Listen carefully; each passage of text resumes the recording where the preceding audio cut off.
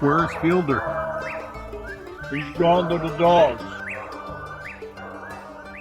Welcome once again to the Gone to the Dogs podcast. Your host, Steve Fielder, coming at you one more time through the miracle of Al Gore's internet.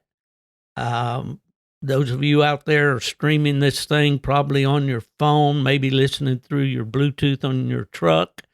All the various ways we can do it. I wish we could just sit down face to face every week.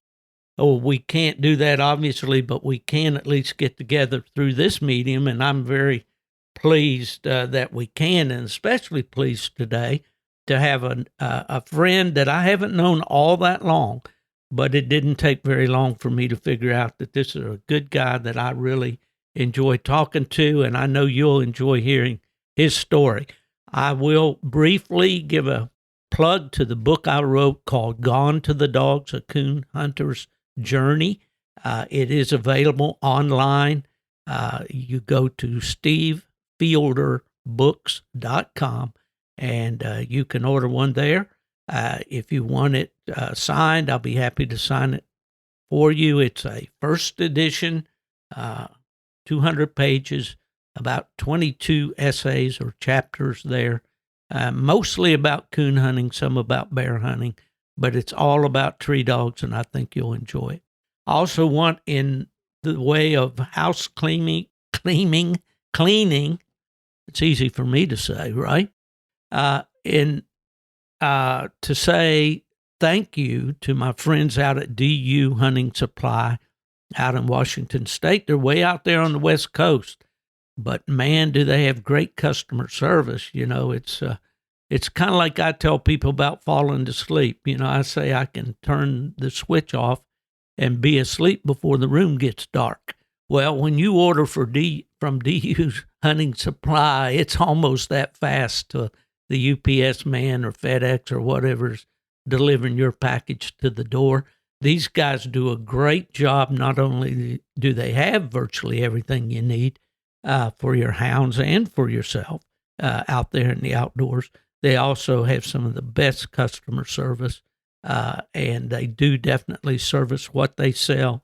So shout out to Buddy Woodbury and all the staff out at DU Supply. That's the housekeeping for the week. Pays the bills one more time. We're going to get right down to the reason that we're here this week, and that's to talk to my good friend, Mark Dufresne from way up in the state of Maine. How are you doing, Mark?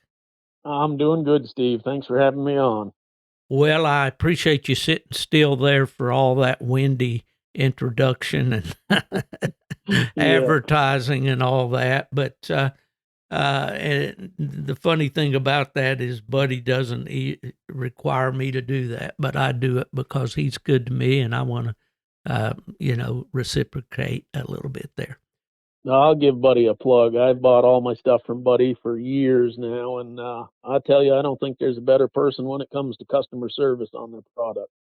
That's what I hear from everybody. That's been my experience, and I know that those guys really do bend over backwards to get to the problem. You know, they answer a lot of questions every day of guys calling in having issues with their electronics and so forth. But, well, that's great to know. A lot of houndsmen use DU Hunting Supply for sure. Mark, you are an interesting guy. I first ran into you at the American Plott Association Breed Days in Greenville, Tennessee, I believe was our first meeting. If you remember, otherwise, you can shake my memory here. It didn't take much. You know, that was the first time we actually got to talk and visit. I'd seen you around a little bit here and there, but yeah, that was the first time we actually spoke, I guess. Yeah, it was great, and some of the people there, you can't say enough about that gathering. Tremendous gathering. Isn't it? I mean, you don't have to be a Plott guy, even. I mean, most of the people there are Plott people, of course, and they come from all over the country, just like you being there from Maine. And my dear friends Joe and Nancy Hudson were there at that first meeting that we had. They come from the UP of Michigan, and they come from Florida, and they come from all over the country there. And I would kind of liken that to an old rendezvous like the fur traders had back in the day, wouldn't Absolutely. you? Yeah, yeah, absolutely. What have been some of your observations about breed days? Just take us a little trip there, if you would. Yeah, so you know, I started going to breed days back when they had the live bear bays, which Mm-hmm. obviously stopped, and you know, the event was kind of dropping off, and it was sad because it was such a great get together, and the American Plott people, the officers, you know, they worked pretty hard to come up with a solution, and they moved the event, which caused some hard feelings with people, and I think they found a wonderful spot there at a Christian camp. I You agree. know, you're sitting right under the mountain, and people bear hunt right up there on the mountain right behind there. You're hearing bear stories about different hunts right in the ledges that you're looking at. You know, they're Mm, right in the heart of the Plott people. You know, if you look at, and that's why they chose that area, was just the memberships to the American Plott Association. They just kind of drew a circle on the map, and where the core of it was is obviously Western North Carolina's right there, and Eastern Tennessee. Um, Virginia's a short distance away, West Virginia. So it did great. Got a lot of people. I honestly generally don't even bring a dog down. right. Oftentimes I may be dropping a puppy off to a friend, but it's a social event. And in this day and age, sadly, you know, the internet's led to a lot of great things, but it's also led to a loss of that social aspect in those gatherings and get-togethers. And that's one of the events that I look forward to all year, especially in March up here. We're in, you know, snow. Oftentimes I've driven through blizzards to get there, and it's 80 degrees and sunny. Sometimes it's rainy, but Oh, yeah. the people make it for sure. Well, that's for sure. And, my dad went for several years, and it's kind of interesting. I'll kind of interject a few little things here.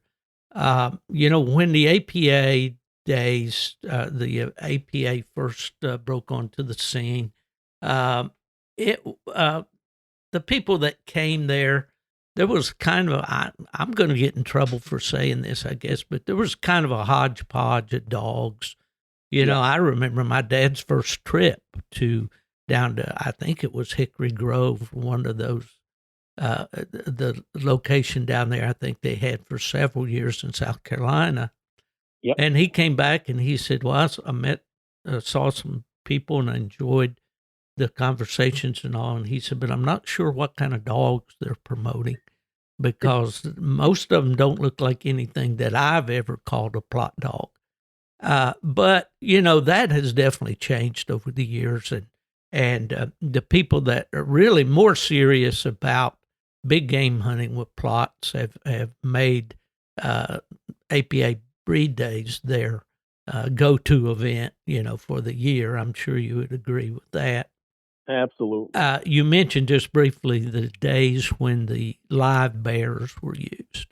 And, you know, when I was with the National Plothound Association, I was president in 79 and 80.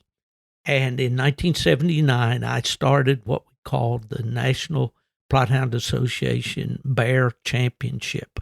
We had Tom Telford's bear on a rope, live bear, in the woods behind the Warwick County Coon Hunters in Boonville, Indiana. Oliver Smith's Rolling Smoke dog won the first championship.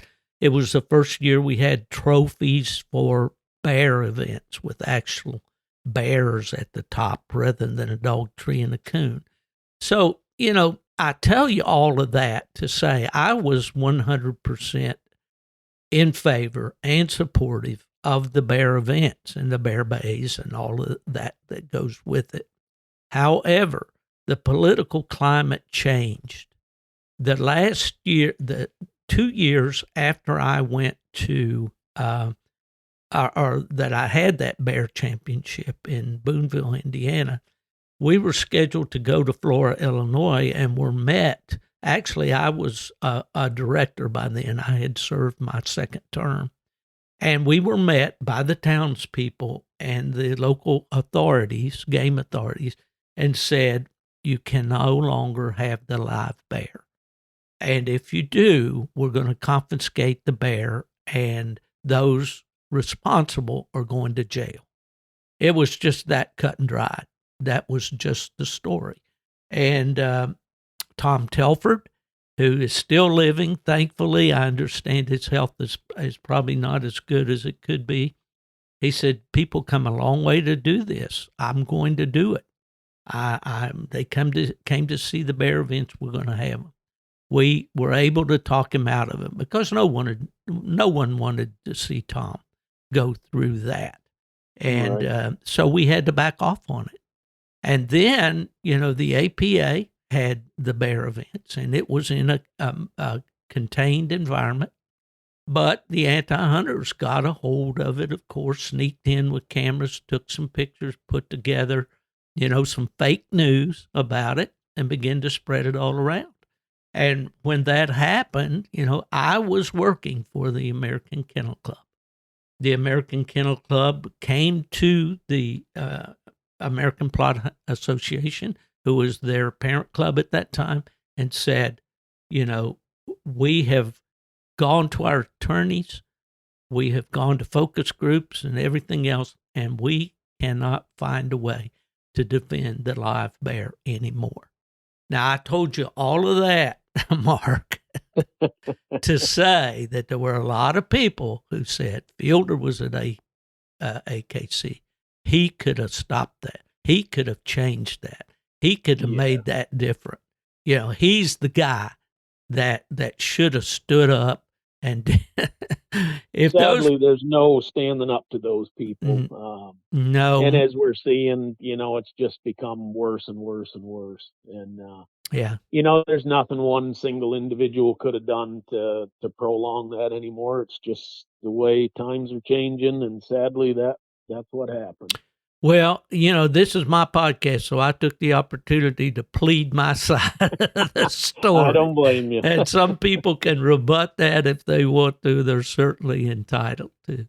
But that's the way it was. And then, like you say, they moved the event to Greenville. I had a website. I'm doing too much talking. I'm going to curtail this here. But anyway, I had a website called plottdogs.com. And we had a Plott reunion there in Greenville, Tennessee. And, man, we had Plott people from all over. Collie came up from Louisiana, and Steve Hurd came out from Kansas, and Gene White was still living, and he was there, and on and on. We just had a great gathering there in Greenville. What a beautiful spot. And when I heard that APA was going to move their breed days there, I said, man, that's a good decision for sure. Yeah. Well, yeah, it is a great gathering of Plott people, and it's in March. Is there a specific weekend in March that they have, or? Yeah, it's always starts on Thursday or Friday. It's usually around March 17th, whatever that. Yeah.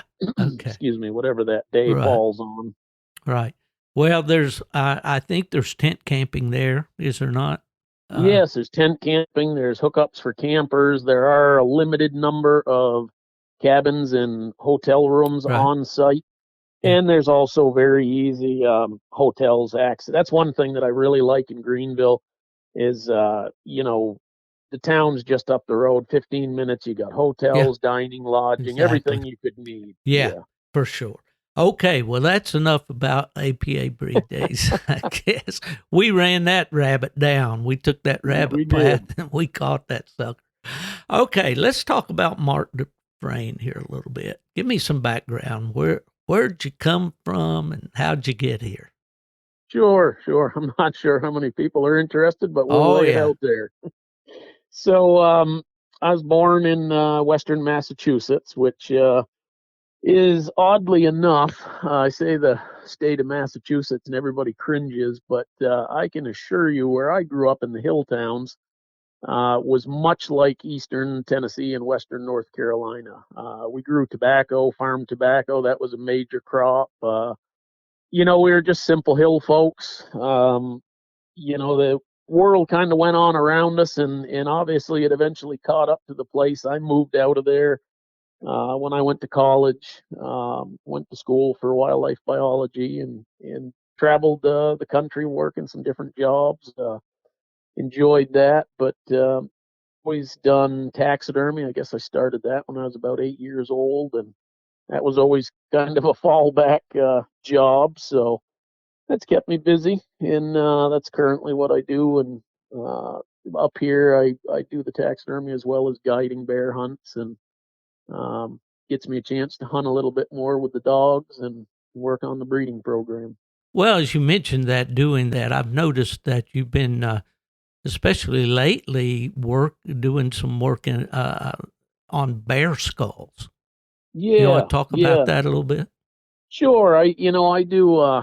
Well, being in the business so long, you kind of learn that there's weak points in the products at certain areas. One of those is this is my personal opinion, is bears. There's a lot of bear forms out there, but unfortunately, some of those forms are not really what they should be, and they've gotten very expensive due to our building back better here in America. Everything's 10 times more expensive than it used to be. So I got tired of paying a lot of money to try to fix stuff, and as a result, I see a lot of these bears. I see them up close and personal through training season, and especially the big bears. The look was never right on the big bears, so I just set to sculpting one day a change out head that I could use. Some of the bodies, the mannequins were all right, but the heads were really weak. So I set to work on a change out head that I could use in my shop here and sculpted it, and then molded it, and now I can pour those whenever I need them. I can manufacture one right here in the shop. Well, that's terrific. I saw a bobcat that you did. I kind of jumped back. I thought it was coming out of my screen, out of the screen, right in my face. You can you put them back to life. There's no I question appreciate about it. that. You bet. Well, I think you mentioned the fact that you are a wildlife biologist. You are a Maine guide. You are a taxidermist. You are a breeder of what I would consider the upper crust, the Plott dogs. I think the reason that I would put you in that category, Mark, is based on the degree of seriousness that you put into your dogs and into the breeding and all that. And I think that's a really good story for our listeners to talk about. How you got started in Plott dogs. We get criticism on these podcasts because they say, well, every guest that we have says they got started coon hunting with a 2-cell flashlight and a coal oil lantern. Not me, not me. So and the typical question is, how'd you get started?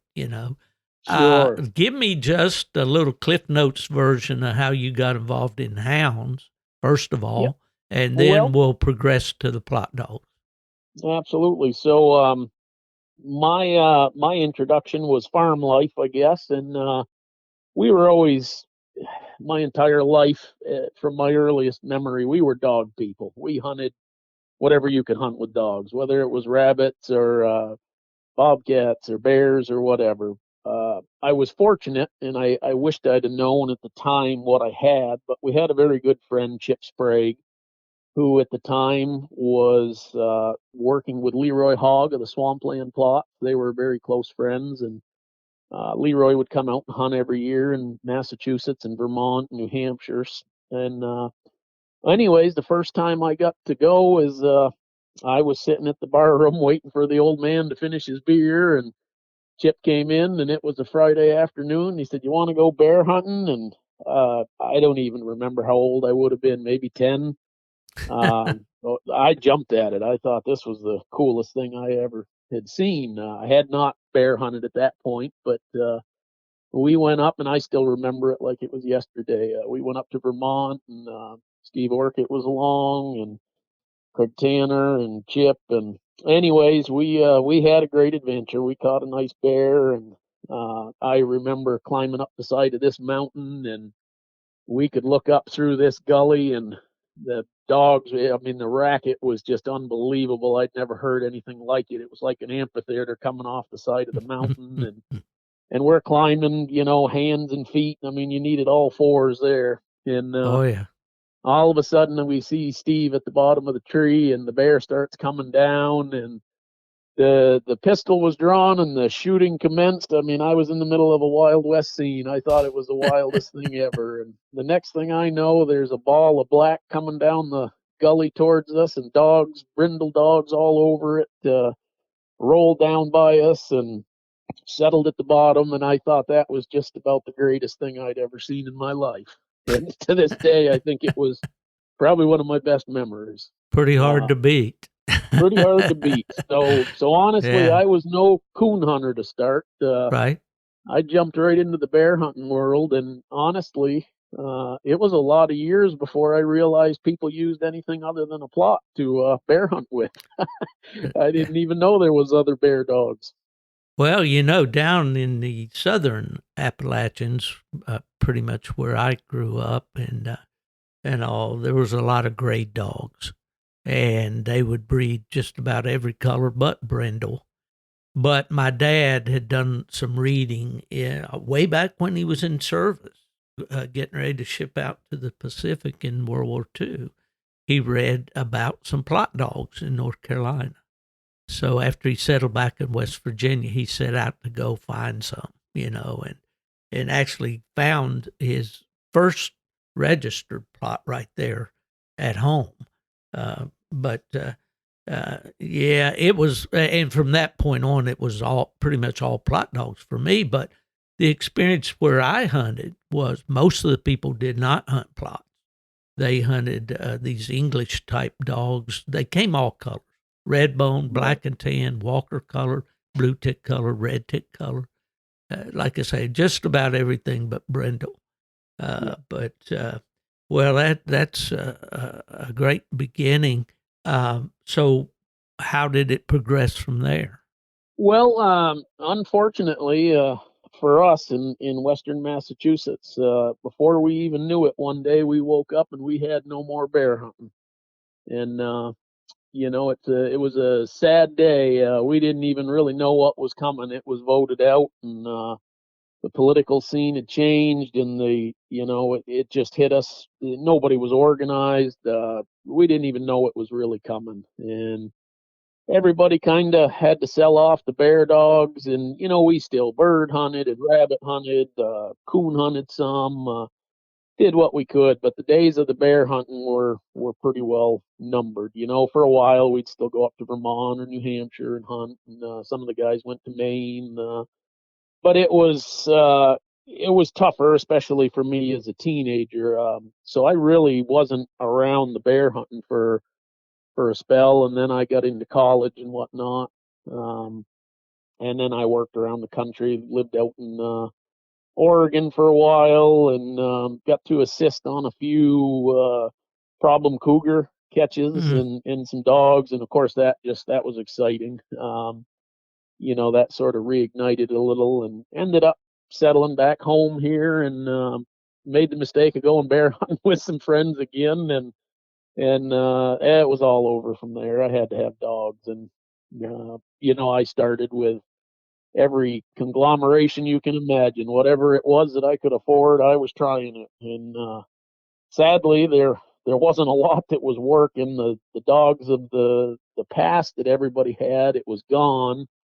And at the time, I'd been away from it so long that I didn't really know who to contact. Since then, I know I could have got some swampland dogs, but the thing I remember most about those dogs was they tremendous noses, grit beyond belief. I mean, they were great dogs, and I just wasn't seeing what I thought was great. And I half wondered if in my mind I had kind of created a scene that wasn't true, but I remember what those dogs used to do, and everything I was seeing, just, quitting bears, and just didn't want to be up there with a bear, or, just all sorts of different things. And it was frustrating. So I just kept experimenting, different breeds, different color. I tried about everything. And then I ended up with a little Plott female that I'd had several different lines and different dogs from around the country. They still weren't really working. And then I stumbled on one that she was the real deal. And I guess I ended up a bear hunter. Oh, well, I'm going to rewind just a minute, and I'm going to get up on my podium here just for a second or two. So many of the younger hunters today, I think, or the newer hunters, don't realize how things have changed over the years. Bear are very plentiful most everywhere now. Yes. Black bear are in areas that they haven't been seen probably since the turn of the 20th century. Yep. And so it's fairly easy. I realize that the nemesis of the hound hunter is not having a place to hunt, but with national forests and all that around the country, public lands, and all, the bear hunter today kind of has an easier go at it than we did back when I started, and I imagine, as you mentioned, there in New England. I think there's a danger of the guys that are enjoying the sport now, and I do appreciate the fact that they can enjoy bear hunting. I really do, and I hope that they always will be able to. But the biggest danger I see is apathy about how things can change, just like they changed for you at there in Massachusetts. And are you getting a feedback on the line a little bit there? I apologize. I just cut it off. Okay, that's good. That's fine. But anyway, I think that we're kind of asleep at the wheel, maybe right now. We're coasting along. Things are pretty good. We got places to go. We got a lot of bear to run, and we can get into a whole conversation about bear dogs then and now. And were they better back then, or are they better now, and all those things. But it just concerns me, just from my standpoint of having lived through those years and seeing those things happen, like Oregon, losing bear and lion hunting. It's a fragile state of affairs, and people don't realize just how fragile and easily that can be lost. Right, exactly. And I can't help but preach at that. And I don't know, it's like the guy that taught me sales years ago before I went into the registry business. He said, Steve, it's just like throwing cow manure on the barn wall. The more you throw, the more it'll stick. So I'm going to keep throwing it. I don't know how much of it's sticking. But, in a nutshell, guys, be aware. Be aware of the rules, the regulations, who makes them, get to know those people. Don't get caught like you guys were in Massachusetts. Yeah, we did. We got caught. And, that was one of the first places on the East Coast, I think, to lose it like that. And, you got to get involved, get active. The biggest difference that I think I realize and have seen is I've always enjoyed the older generation. I've tried to learn from them, pay attention. You can learn a lot. Well, the older generation had a vested interest in their hunting and their rights, and it was a way of life. It wasn't just something to do. It was important to them, and Right. a lot of the young fellas today, and I'm not picking on anybody. I'll probably catch some flack for it, but I don't feel that they have the vested interest in it. They go with somebody and they think it's fun, and they get a few dogs, and they don't really care what happens if they get in trouble with some landowners and whatnot. And before you know it, there'll be a whole group that are working to shut off bear hunting because they're tired of it, and the dogs, and Mhm. people fostered relationships in the old days with landowners. You knew everybody, and part of that is the influx since COVID. This state's been overrun with New Yorkers and Massachusetts and Mm. you name it, and the I know landscape's what that's changing. like Yeah, here yeah, in Florida. Yeah. yeah. Well, we'll just keep preaching it, Mark, and hopefully somebody listens. When I hear I young hope. fellows say, "Well, I'm going to hunt no matter what. Nobody's ever going to stop me." That's not a Now, reasonable. when they come to take your house and your family, and you can't feed your kids, and they want to send you to jail, it'll stop. Oh You yeah, won't be the outlaw that you think you are. that's for sure. All right, there's another rabbit we caught. Man, we made about a couple circles on that one. Let's talk about. You said you got this female, and things started turning around. What was that like? Sure.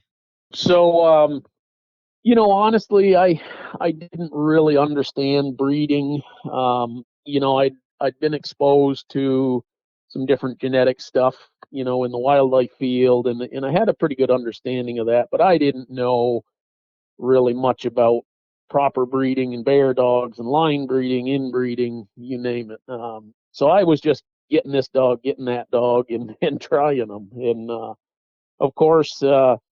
You know, Stepping back in time a little, your site Plott dogs online, that was kind of a great thing to get some hunters together. And it was before the Facebook and everything else. And Mhm. through that, I looked up these different bear hunters. And one thing about me is I've never been afraid to ask questions. So I would just send messages to different people, ask them about their dogs, and I always kept coming back to the Plott dogs just because that was what I remembered, and I just kept thinking sooner or later I'm going to get one of them.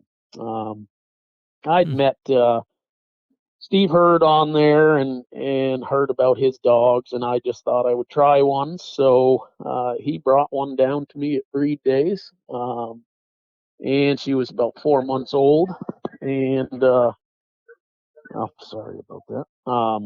She was about 4 months old, and I got her home here, and I started to see what I had, and I fooled around with everything under the sun.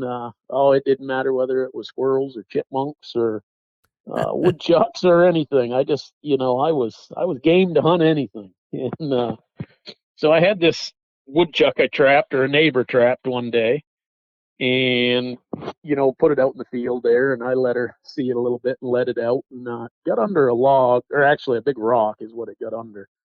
And I'll tell you, that little girl, she sat out there, I don't even remember if it was 6, 7, 8 hours, and she dug and she dug and she barked and carried on, and got to the point where about 9 o'clock at night I thought the rock was going to fall on her and kill her, she was so far under it, and it was a pretty big rock. So I went out there and caught her, and I thought, well, that was interesting. She certainly had more drive than anything else I had tried. Um, she was about 10 months when bear season came in, and brought her into a bear in the tree. She was riding around in the truck, went with some friends. She barked pretty good at it. It was just a few days later, we were hunting over there again in Vermont, and the big dogs were cold trailing a bear up on the hill and kind of coming down towards a major highway. And we'd circled out to the road to sort of watch if they came. And there was a high tension line that ran along there. And oddly enough, for some reason, I looked over my shoulder and felt like something was watching me. And it was a huge boar, 300 plus pounds, just stood up to mark the telephone pole.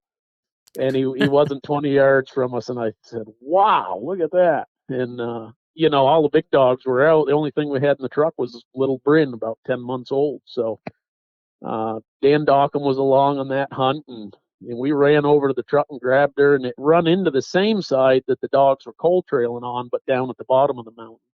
So we grabbed her. She never saw the bear, but we got about 25 yards from where the bear went in, and boy, she got on her hind legs, and that head went up, and she just went to roaring, and cut her loose, and away she went. I mean, it was on, barking every breath, and just walking and baying, and Luckily, the big dogs just heard all of that, and they came right off the mountain to her. They weren't that far away, and we had a pretty good bear fight going for the day.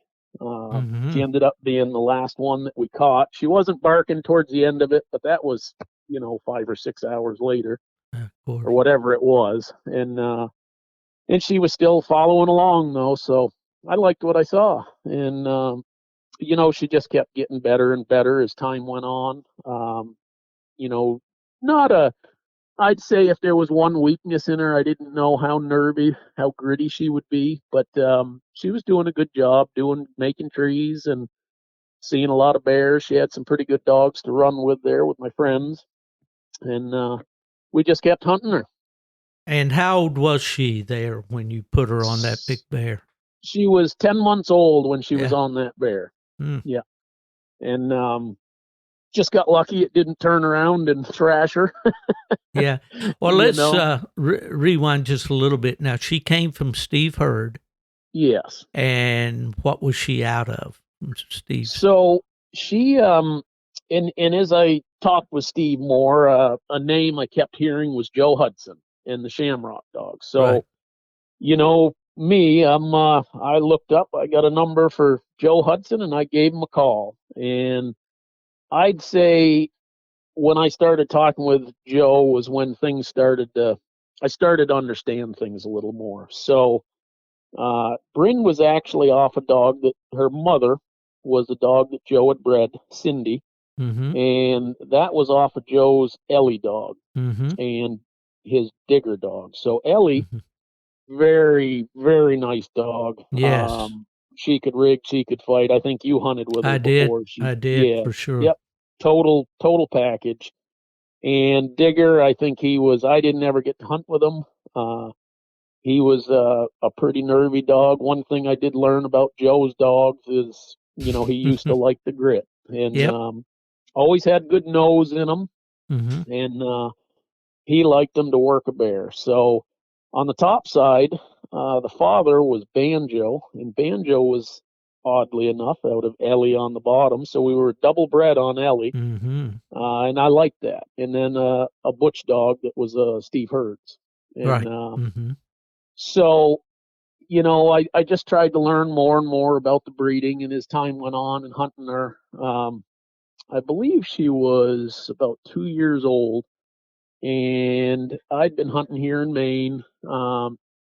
It was a place that came to earn the name of my dogs. I never had a kennel name early on. I just named them whatever if I registered them, and I had to hunt this place that it's kind of hard with the bear leases here in Maine to find a place to hunt because the guides have stuff leased up, and I wasn't a guide then. And anyways, there was these big mountains where the Appalachian Trail comes through the Western Mountains up in Mm-hmm. Andover, and a lot of bears up there, and nobody seemed to really want to go into this one chain of mountains. So that's where I started my bear hunting career with that dog, and boy, the bears stayed on the ground. They'd fight on the ground. It was you couldn't put enough good dogs there. Sometimes they would tree, but more or less they would stay on the ground and fight. Mm-hmm. Very thick, regenerated spruce and boulders and cliffs, and pretty typical of the Appalachian range. If you look down at eastern Tennessee, western North Carolina, the same idea. Big country, no roads. You had to turn your dogs loose and go on foot behind them. Uh, and she, boy, I had three or four other dogs, and she just excelled. It didn't matter. She was never looking back for help. She treed more and more bear alone. Just was really coming into it nice. Had a few little setbacks here and there as a 2 year old. Call it the terrible twos, if you Oh will. She yeah. wasn't Yeah. treeing good once or whatnot, but finished pretty strong. Um, and as I came into later season, I was hunting some cornfields over in the Freiburg area. There was some this one particular field, the farmer was having a lot of trouble with bears, and um, so I'd been hunting that a little bit. The tail end of training season, the corn came in, and I went back up there to Andover to hunt. There was a big bear I had on a bait that I wanted to kill. Well, needless to say, we'd been baying it all day, and boy, we could get in there. 50 yards away and it would break, 50 yards away and break. And as the day went on, the dogs dropped off. And there's old Brin all by herself, still hammering, barking every breath. And it was getting late. I mean, this had gone on from daylight and it was now 4:30 or so, which was just, I had about a half an hour of Yeah. daylight left. And I said, by God, I'm going to try one more time to get up there and kill it. And I was about 150 yards from her. And she was baying, had it stopped, baying real good in some big rock bluffs, and the barking stopped. I heard her get caught, and she went squealing, and that was it. And it was silence. Kind of that crushing silence that you hear in that situation. And didn't know what I was going to find when I got there, but I hurried up and I found her there, and she was just laying on her side. Couldn't really get up, but wasn't any way I could really carry her off through those ledges and spruce thickets. So I sat there for a little bit, and she finally got on her feet, and we hobbled off the mountain and got home here. And I was a young fella, didn't kids and whatnot. I didn't have a lot of money, so there wasn't really going to the vets. I mean, I looked her over and couldn't see anything major on the outside other than toenail holes and the usual stuff. So Mm-hmm. um, I brought her in the house. She was a real good little dog, smart as a whip. I never house broke her or nothing like that, but she stayed in the house and never messed in the house or nothing. But she couldn't even walk there for about 3 days. I had to carry. We had like 3 steps going up onto my porch, and I had to put a towel under her and kind of carry her outside so she could go to the bathroom, and I'd bring her back in, and she was all swelled up and kind of jelly like, and got that Rice crispy skin all over her. So I just uh, I just kept nursing her along, and I said, well, I'm going hunting again. And I went over back to those cornfields, tried to kill one of the bears for the farmers, and I had left something inside, and I'd left my truck door open, and I went inside, and Brin had never showed any. She hadn't even moved off the couch. She's just laying there. And anyways, when I turned around and went back to the truck, there she sat. She'd managed to crawl up into the cab of the truck, and Wow. I looked at her and I said, "What are you doing?" And it was the funniest thing ever. She looked away. She wouldn't look me in the eye. She looked out the passenger's window. I said, "Get out of there."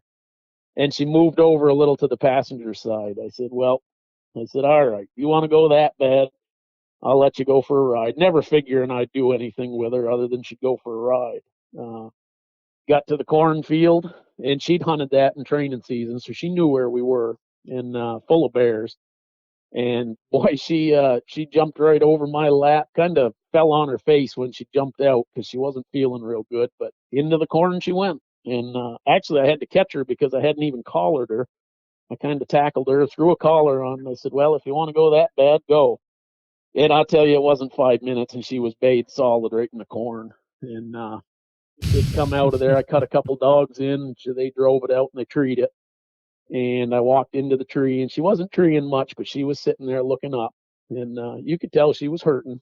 But we rolled the bear out, and she had a little chew, and off we went. And I said, "Man," I said, "that's a dog that's got heart right there."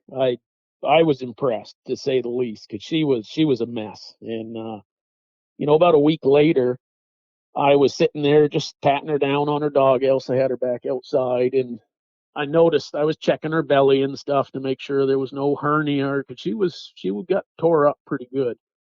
And I didn't feel any hernia, but the odd thing was is when I pushed up on her belly, right up on the top of her back, on her pelvis, something would poke right straight up about 3 inches in the air. And I said, "Oh, all right." So off to the vets we go the next day. And he examined her and he said, well, he said she's tore two major muscles off her pelvis.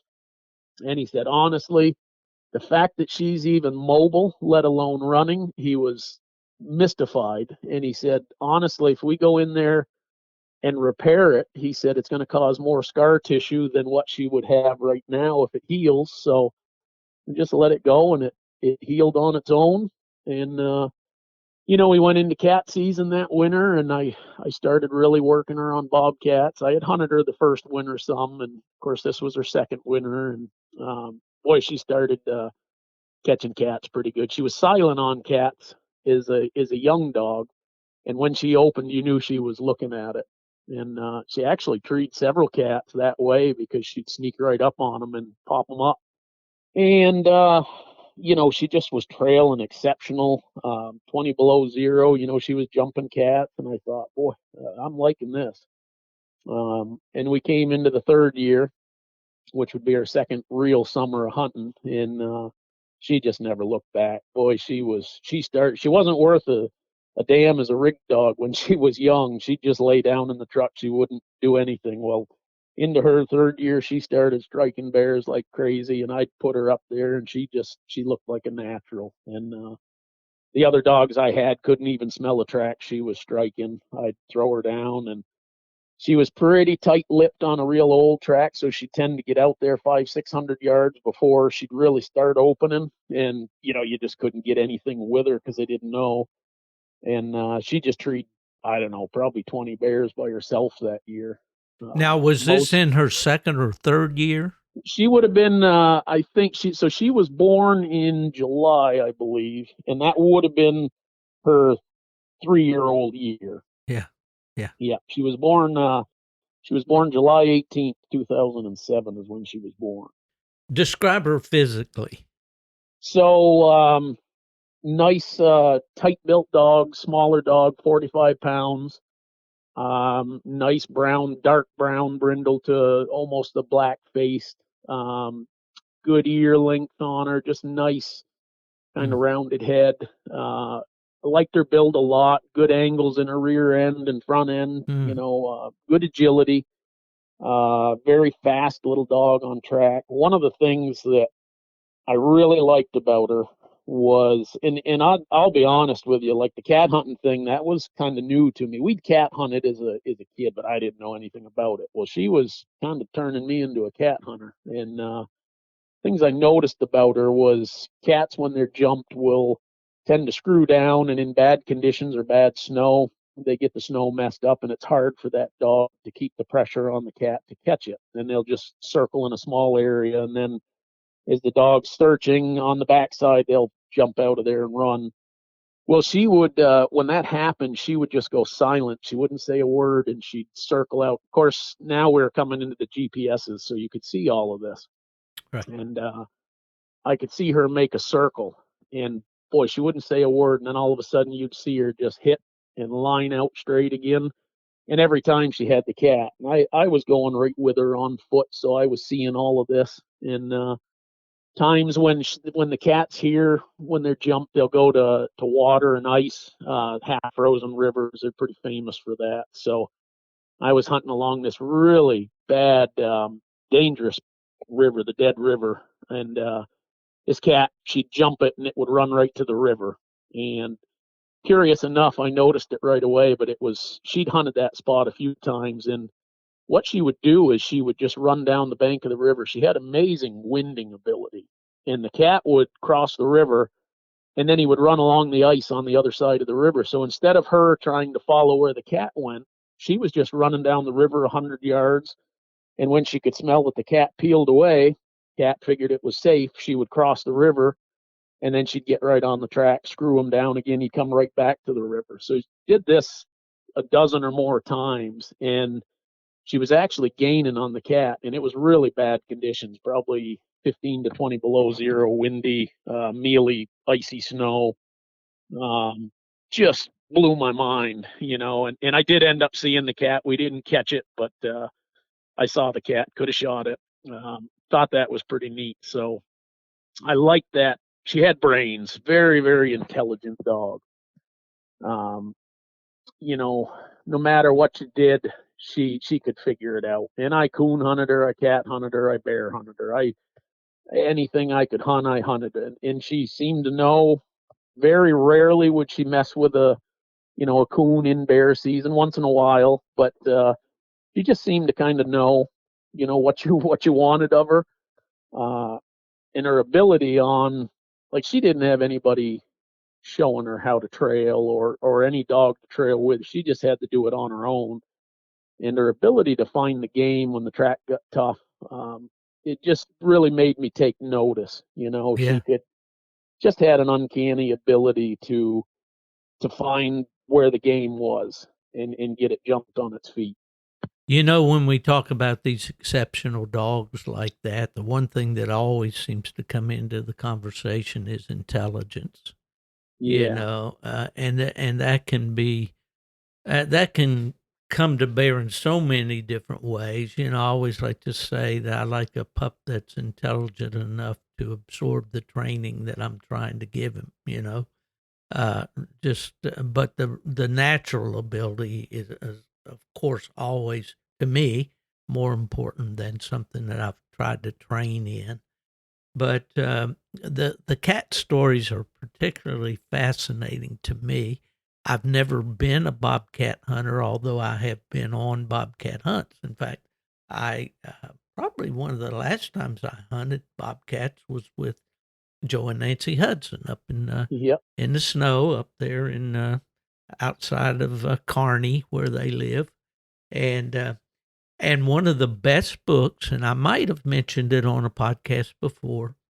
It's called Tales of Old Traveler by a Florida cat hunter named B.S. Jones. I thought that was kind of a apropos name for a houndsman. Sure. But he had this foxhound, Walker foxhound, that was, by the time he wrote most of the stories about him, the dog was already old. But he had those kind of uncanny abilities, like you say, Brin had, you know, to get up on the cat and be smart enough to know when the cat has moved out and all Right. that. And as he wrote these stories, he would give the names of the locations. And I find myself now driving down the highways here in Florida, and I see the names of some of these places that he mentioned. And I look and I see condos and housing developments and all that. And I think how great it must have been back in those days. And Back in the actually, I day. probably could have met the guy when I was down here in Florida in college in the 60s when it was all orange groves and cattle ranches, you know. But I love those cat stories. You and I mentioned a little bit about it, and I want to talk about this too, about your recent trip to West Virginia when we finish talking about Brin.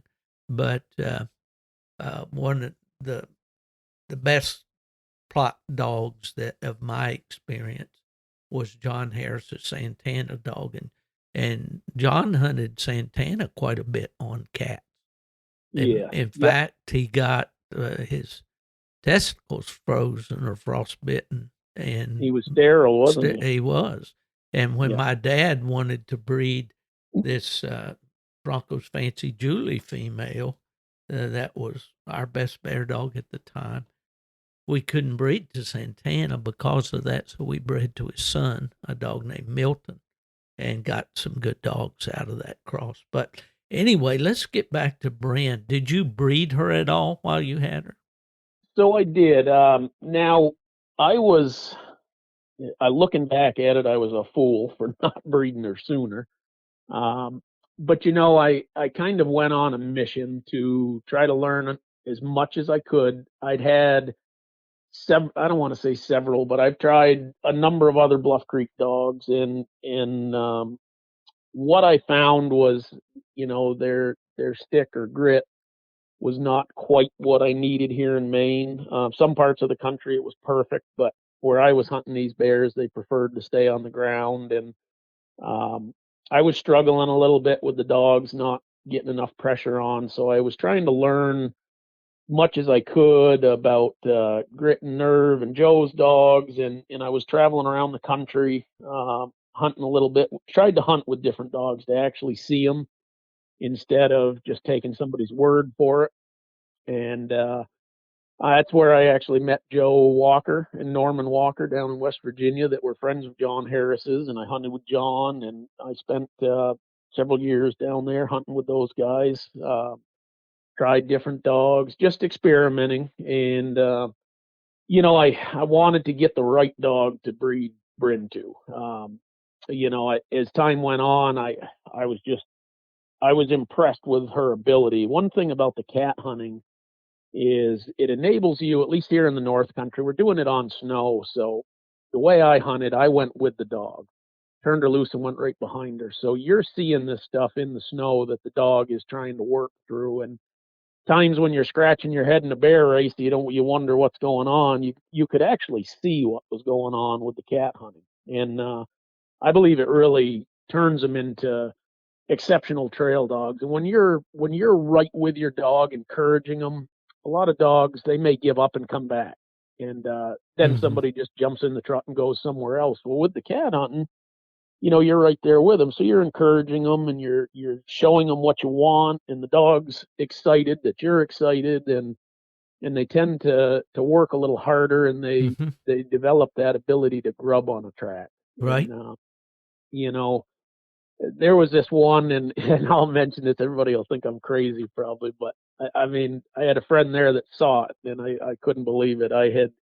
This was happened in the course of a week. It was in January, so it was real cold here. Well, we had January thaw, and we hadn't had a lot of snow, and we had a little 3 or 4 inch storm. And I went out and I found this cat track. It was about 45 degrees actually when I found it late in the afternoon. It was kind of melting out. And anyways, I put the dog on it, and it was going down into this river bottom. And as I got down there, I could see she was trailing. We'd had a little tiny skiff of snow the night before. And anyways, what had happened was there was shell ice. The swamp had there was 2 rivers that came together, and it's sort of lowland, so the water levels had come up with the melting, and then it had froze up again. And so we call it shell ice. And so there was a lot of ice suspended about 2 to 3 feet off the actual ground level on the bushes and trees. Mm-hmm. And I got out there and I saw her trailing, and I thought, goodness gracious! I said, this is, it took me a while to get across the first river, and I got out there and I was falling through ice, and luckily the water had gone out of most of the ground there, and I get out to where she was, and that little skiff of snow had wind blown before this warm up. So what I'm getting at is conditions is everything with the track, and it was warm enough that the scent was good. So I get out there, and she's on top of the ice, and it's pretty much just black ice, clear. And she nose right pressed to the ice, and she'd trail around. She'd bark every now and then. So I managed to get out there by her, and I couldn't believe. I looked, and she was very intent on doing what she was doing. She didn't mind me, didn't look at me, didn't come to me. So I started looking underneath the ice, and about 2 feet below her, some of that little bit of snow that we had blown in the wind in the cracks. And so there was a little skip of snow underneath, and that cat track was down underneath. And my friend Oh Trevor man. was there. So she was trailing that on the ice. The track was about 2 feet below, but the scent conditions were optimal. Mm. And we ended up, took about 2 hours to get across that ice field, about a quarter of a mile. And then she ended up running and treeing the cat. And unfortunately, it treed about 100 yards into New Hampshire behind the house, and there's no cat season Oh there, so I had to let it go. And it was a great yeah. big tom. And Oh man. Yeah. but I thought, goodness gracious. Yeah. And so the second part of that story is I went back. That was a Monday. I went back on Friday. Now it turned off real cold after that, froze up hard, 20 below zero. And we had another warm up the end of the week. And I said, well, I'll go. No new snow or anything, but so I went, and I see where I turned loose on that cat. I was hoping he would come back because he was hunting some deer in a deer yard on the Maine side, and it was a big tom. So I found this track, and it didn't look real good, but I thought, by golly, that's him. It was a big old cat track. And Mm-hmm. I put Brin down, and Dan Liberty had a blue tip. Um, I don't know what her breeding was, but those two together, they worked and they grubbed, and I was on the foot with them, and they went up through the deer yard. I mean, there was 50, 60 deer, week old snow. I'd find the track every now and then. They'd open here and there. Well, about a half a mile along, I called my friend Trevor on the radio, and I said, Trevor, I said, you're going to think I'm nuts, but I said, go sit on that cat track we turned loose on Monday. And I said, this is the same cat track. And sure enough, those dogs trailed right to where we had run the cat Monday. It was 5 days later. But 5 days again, later. 5 days. But what people have to remember there is it was conditions. It was warm when the track was Mm-hmm. made, and the scent was frozen when it turned off cold, and it never warmed up again until that day. So at noontime, it was just like a fairly decent track scent wise. Um, so I have to temper that with the truth of it was really because of the conditions. But there's a lot of dogs that I don't think could have done that, and she was able to do that. It's a So pretty amazing story for sure. What yeah, do you recall a individual bear hunt that you took with her that really stood out, or anything in your mind, or you know, the one that really jumped out at me was when she was hurt, doing what she did, and then hmm um, when I finally did breed her, I waited till she was, I think she was 5 years old, and I finally had found a mate that I thought was suitable for what I wanted. And the great thing about these Plott dogs are the people it leads you to. I think, and I might catch some slack for this, but it's a hardcore bunch of hunters that keep these Plott dogs. And anyways, I right? through a friend of a friend of a friend, I ended up in East Tennessee, and I ended up at Roy Clark's doorstep to breed to Harry Joe. He was an old dog, but if there was one thing he was known for, it was grit and absolute determination to finish a track and get with the bear. So I bred her, and again, she was 5 years old, and I had those pups. They were born in July, and our bear season, our kill season, opened in August. Oh, sorry, the actual hound season opened September like 9th. So, needless to say, they were born in late July, and she was about 4 weeks along with those pups. And I say I weaned her. I didn't really wean her. I just took her off the pups, and I went hunting that day. And boy, that poor old girl, she had bags just hanging and dragging over the brush. But she hadn't done anything all year, and um, took her out there, and she just rolled out with this track, and we killed a beautiful like 500-pound boar. She was right there, never skipped a beat on it. She could do it whether she was in shape, out of shape. It didn't seem to matter to her. How can we express to people who don't hunt with hounds? Maybe they say they're hunters, but they think hound hunting is not fair chase. All you got Oh, to do is cut loose a dog on a trail, and it's like shooting fish in a barrel. How do we explain, or maybe there's no explaining, the but how do best we? way Yeah, that I found to show that is to take them along in training season and yeah, actually let them see, because nobody will believe you until I took a lot of people that had never hound hunted that were kind of on the fence about it, just in training season. And I took them to those same mountains. And boy, I'll tell you what, I never had one of them at the end of the day say, this is easy. you know, two, right. 3 miles to a bear, if you treat it or caught them off the bay, you never ran another one because Mm. you were so tired by the time you got back to the truck. Um, Dehydrated. You couldn't carry enough water in those mountains to, so you dry Oh no. years or Mm. you were spent. And people really earned a new respect for what those dogs do and what they have to do day in and day out on those bears. Well, that's true, and I know that the Michigan Bear Hunters. I was fortunate to serve on their board for several years when I was up there, and that was one of the tactics that we used when we had a pending bill, or if bear hunting was being threatened, or just maybe a newly elected representative, senator, whatever. Take him bear hunting, let Yeah. him see firsthand. And I think Clay Newcomb worked with the Michigan Bear Hunters Association. They did some video and so forth, some CDs. That, but at any rate, yeah, I agree with you wholeheartedly, Mark. That there's nothing like seeing it firsthand. Right. And Right. I It gives grew you a respect. right. I grew up as a kid in the home of a bear hunter in the southern Appalachians, in those rough mountains, in those days when you walked all day some days. and it was dark when you came off the mountain, and someone would pick you up, hopefully, Yeah, and take you hopefully. back to your vehicle. And I didn't think about that because that's all I knew, about how physically taxing it is. Right. And then as I get older and I go down to the Blue Ridge and to the Smoky Mountain region, and like you mentioned, East Tennessee and all that, and I look up at those mountains, and they're steeper and taller than the ones we had back in West Virginia.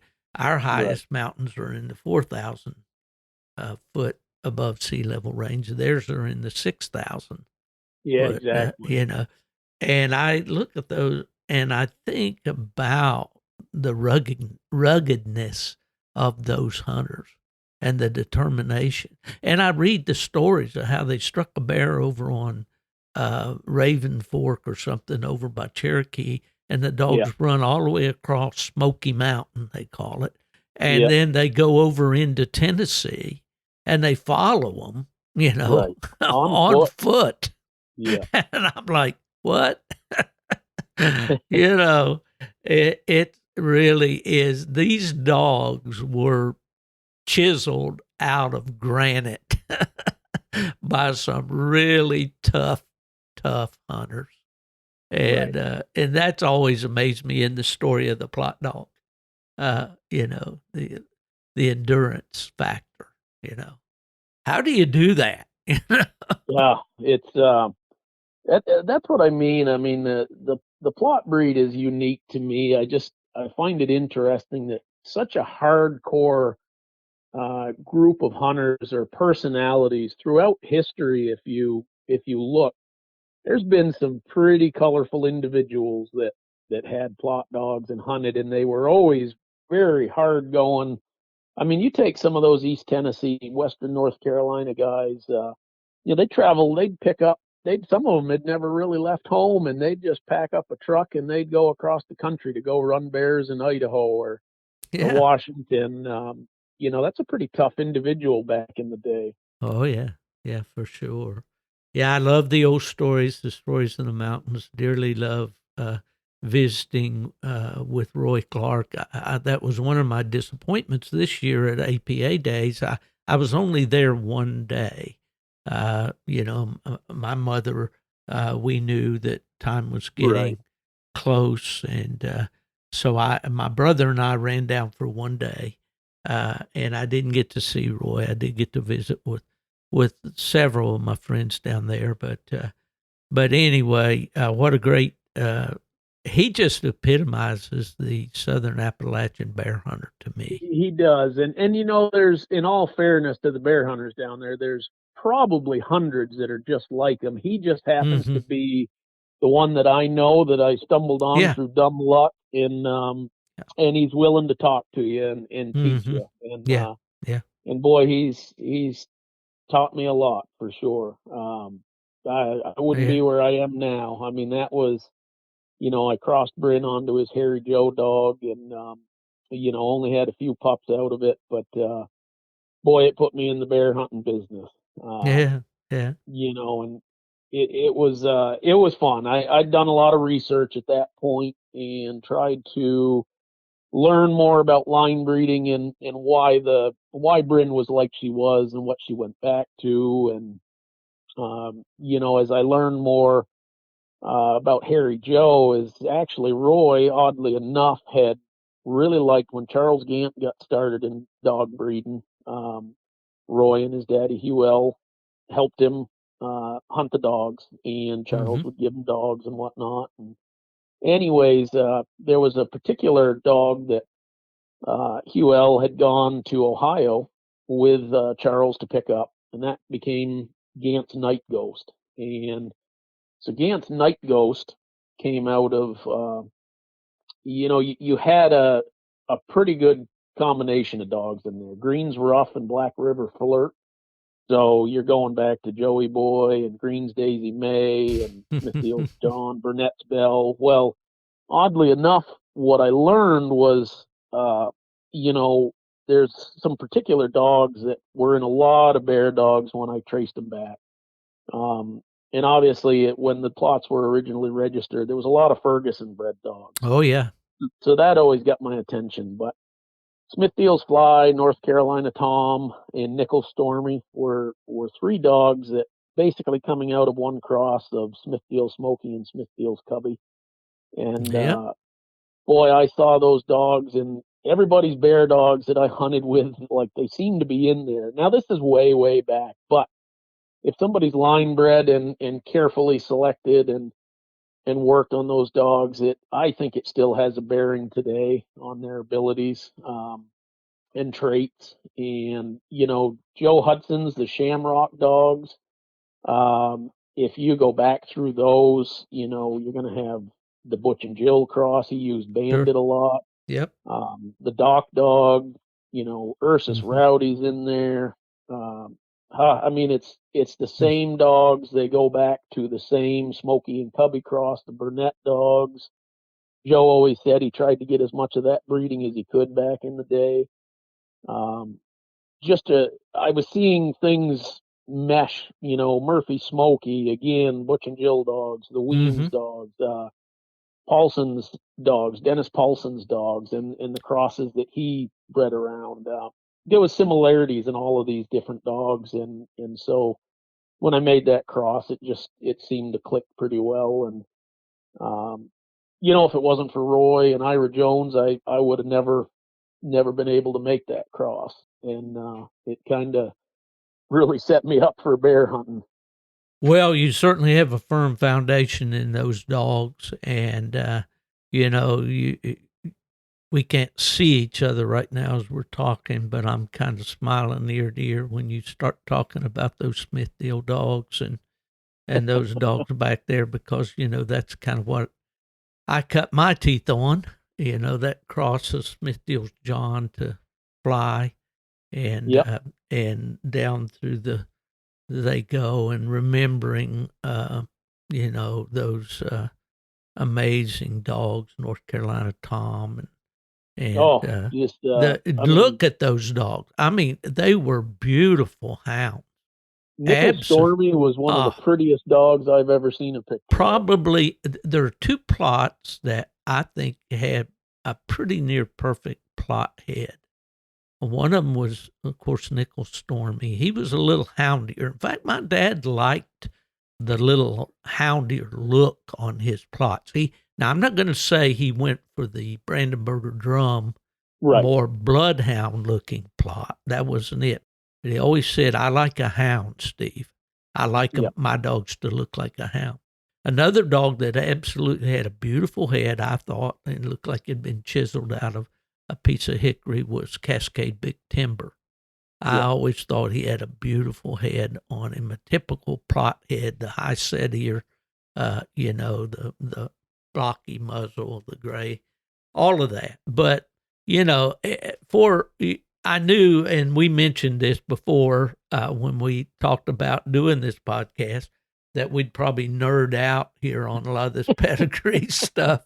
But Oh, if you yeah. love the breed and you've been around it for a number of years, and I know that I'm older than you, Mark, but I probably don't have as much experience with the breed No, as you you do, certainly because do. Don't sell yourself short. you've been, well, I know, but you've been a student that did the research, and but I just, we all want to look back to the old days and wish we could bring them back, and if I could go out there and go hunting with you boys today and unsnap Bearpin Sam, Right. or maybe Bearpin Fancy, or maybe Julie, I'd feel good. I'd feel good that I was contributing to the hunt, because, those were, for me, outstanding dogs. And I know that Brin was that kind of dog for you. You and I have been at it about almost an hour and 20 minutes. Let's talk a little bit more about Brin, how she came along, and what ultimately happened with her. Sure. Sure. So, I just kept hunting Brin, and boy, this, I wished I hadn't waited so long to breed her. One thing Joe Hudson told me that I've never forgot is, there was, he's never been upset about a cross that he made, but there was some that he never did make that he sure wishes he could. Mm-hmm. And, that sticks in my head because I only was able to breed Brin 3 times. First time she had 5 pups, and the second time she had 3 pups. And the last time I had an emergency C-section, and one survived, and her uterus wouldn't contract. She'd been so beat up by bears that that was the end of it Mm-hmm. for her, and I had her fixed. And so there was only 9 puppies total in her life, but basically everything that I have here now will go back to her one way or another. And I've tried to kind of work through those crosses, but Brin was even after she was fixed. That was at about 8 years old, and she was still her longevity was impressive. Just a great game catching dog. Cats and bears she could change over, no problem. Hunted her, I think, 8 different states. You got to see lions in Utah and up and down the East Coast and the Great Lakes. She hunted a lot of different places, caught game everywhere. Um, I think she must have been around 8 years old. I'll just tell this story. I'll try to keep it short, but she had a big heart, and as she got older, she started to get wrecked a lot more by bears, unfortunately. And anyways, we went into training season, and boy, we got on. Just rigged a bear, had no idea what it was, turned loose. Well, it put 5 dogs. A couple of them ended their season, tore her up. About 9 days later, when she'd healed up, I turned loose again on a different road system. I think it was the same bear. It just, same thing. Ended some more dog seasons. I was running out of dogs. I ran her 9 times in training season, and every time the bears were on the ground, and she just got wrecked. Towards the end of the training season for bear, I could tell that her heart just wasn't in it like it always was. And boy, Mm-hmm.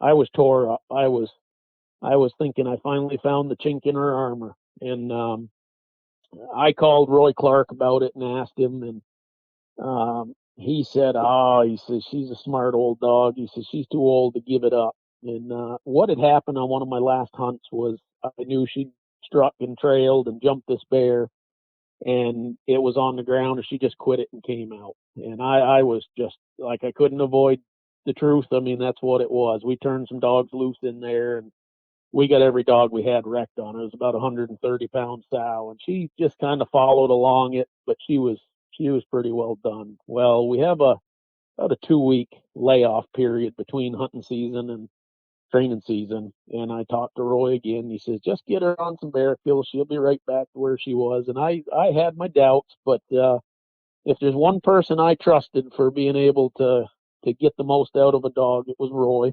And sure enough, opening day, comes, and I turn loose, and oh, wouldn't you know it? One reason or another, she ended up alone on a 230-pound sow, old dry sow, just baying out in this big bog. And I'm a nervous wreck, just hoping she'll hang in there and I can get her some help and get a bear killed to her. And it went on for a couple hours, and we were up on this. The only place we could hear them was this gravel pit on the edge of this hogback. Was And this in Maine? this was in Maine, yeah. Okay. All And right.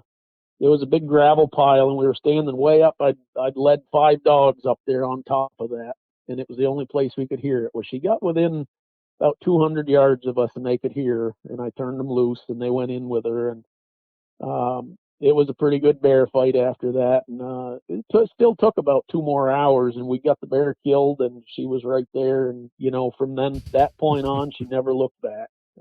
You kind of felt ashamed of yourself for doubting her, didn't you? Oh, I did, and I can think back to times I hunted with people, and they told me, "Shot that dog, it's running a moose." And I remember shocking her one time, and then their dogs came out right where she did, and they said, "Oh, it must be a bear." And I let her go again, and she got Mm. out in front, and we went to another road, and this bull moose almost runs over the top of the truck. And they said, "Oh, you better shock your dog." I said, "I ain't shocking that dog ever again." And sure enough, she come up within about 10 yards of the road and turned back behind us. And wasn't a little while later, we see the bear go across the road. So I never shocked her again on anything. She was Well, as honest as the day is long. I think hunters, when you hunt in a party of bear hunters, or I imagine coon hunting or anything else, they're always pretty quick to pass judgment on someone else's dog. Yeah, yeah, Yeah, absolutely. and kind of overlook, oh, yeah, their own. And that sometimes can have bad consequences. I remember one time losing a really nice young dog that this guy that was in our party back in West Virginia, and I was in Michigan. My dad was hunting, and the dogs crossed, and the guy said, "Oh, those dogs are wrong. We're going to catch them off. They're going the wrong way, yada, yada." Well, they weren't going the wrong way, but they did catch the dogs off, and this guy just snapped my dog up to an open pickup bed, to the strap, Yeah, even open tailgate, yeah, and takes off up the mountain. And it's rough. ah, I mean, and yeah, when he got to the top of the mountain, the dog had been hung and drug, no yeah, telling how far, which is not the side of hound hunting that you like to talk about, but yeah. sometimes we need to be a little more, Be aware of yeah, things. I hunted a yeah. lot of places with a lot of people, and unfortunately, I had to learn some hard lessons on a few. I'm very careful now with who I put down with and Mm. where, and if I know the dogs or not, because it's just so many bad things can happen to a good dog and cut their life short. Well, you bring up a point there, Mark, and I get this because I still have quite a few young hunters that contact me with various questions about their dogs training. Most of it is coon hunting related, but it could be other things too. And they say, "Well, I moved in this area, and nobody wants. I can't find anybody to hunt with. I can't, I just I want to hunt with these guys. I want to, but they don't seem to be friendly. They don't seem to Yeah, want." Well, there's another side to that issue, and I think you touched on it there. I don't think sometimes it's all about them not being friendly or maybe not welcoming, but they certainly, somebody with green dogs or dogs yeah, that party doesn't know anything about, they don't know their temperaments, which is very important with bear dogs. They, absolutely. yeah, they don't know about whether this dog can be trusted, in terms of running off game and all of that. So it's not all about that they're just trying to be, uh, snobs. Just It's being careful. they are being careful in a lot of cases. So my advice to these guys is, you know, get to know these guys. Go where the bear hunters hang out. Sit around in the fringes of the circle and Yeah, listen and all, and don't assert yourself as being the be all end all for bear hunting. I ran into a kid in a parking lot back in West Virginia one day, and oh man, I mean, he was about 20 years old, I'd say. And you could tell that he hadn't been bear hunting very long. He had a truck full of yeah. walker dogs, and there's no, I'm not trying to, No, I hear you. yeah, but man, this guy knew everything there was possibly to know about bear hunting, and he was real anxious to tell me all about it. And I listened to him for quite a long time, and I said, "Well, son, when you notch about 50 years on your calendar, come back and tell me how much you know about bear hunting then compared to what you know now." But, Yeah, and that's a temptation for us older guys to kind of say, "Hey, guys, you don't know anything." But we got to be patient with them, and we got to, hopefully they'll take, like that pup I said was intelligent enough to absorb the training that we try to give them. Hopefully they'll be intelligent enough to listen to these older hunters. right, Yeah, right. yeah, yeah. Well, so what ultimately happened with Brin? So She's just getting old, and she lived to be an old dog. As as about I'm trying to remember if it was 11 or 12. She had this tumor in her neck that I could tell was a lump there, whether it was a thyroid tumor or something. I don't know. I'm sorry, not a thyroid, but uh, I'm drawing a blank on what it was called. But it got bigger, anyways. Was what was Mm-hmm. happening, and A I lymph didn't. node or something, maybe? Yes, a lymph node, exactly. And it.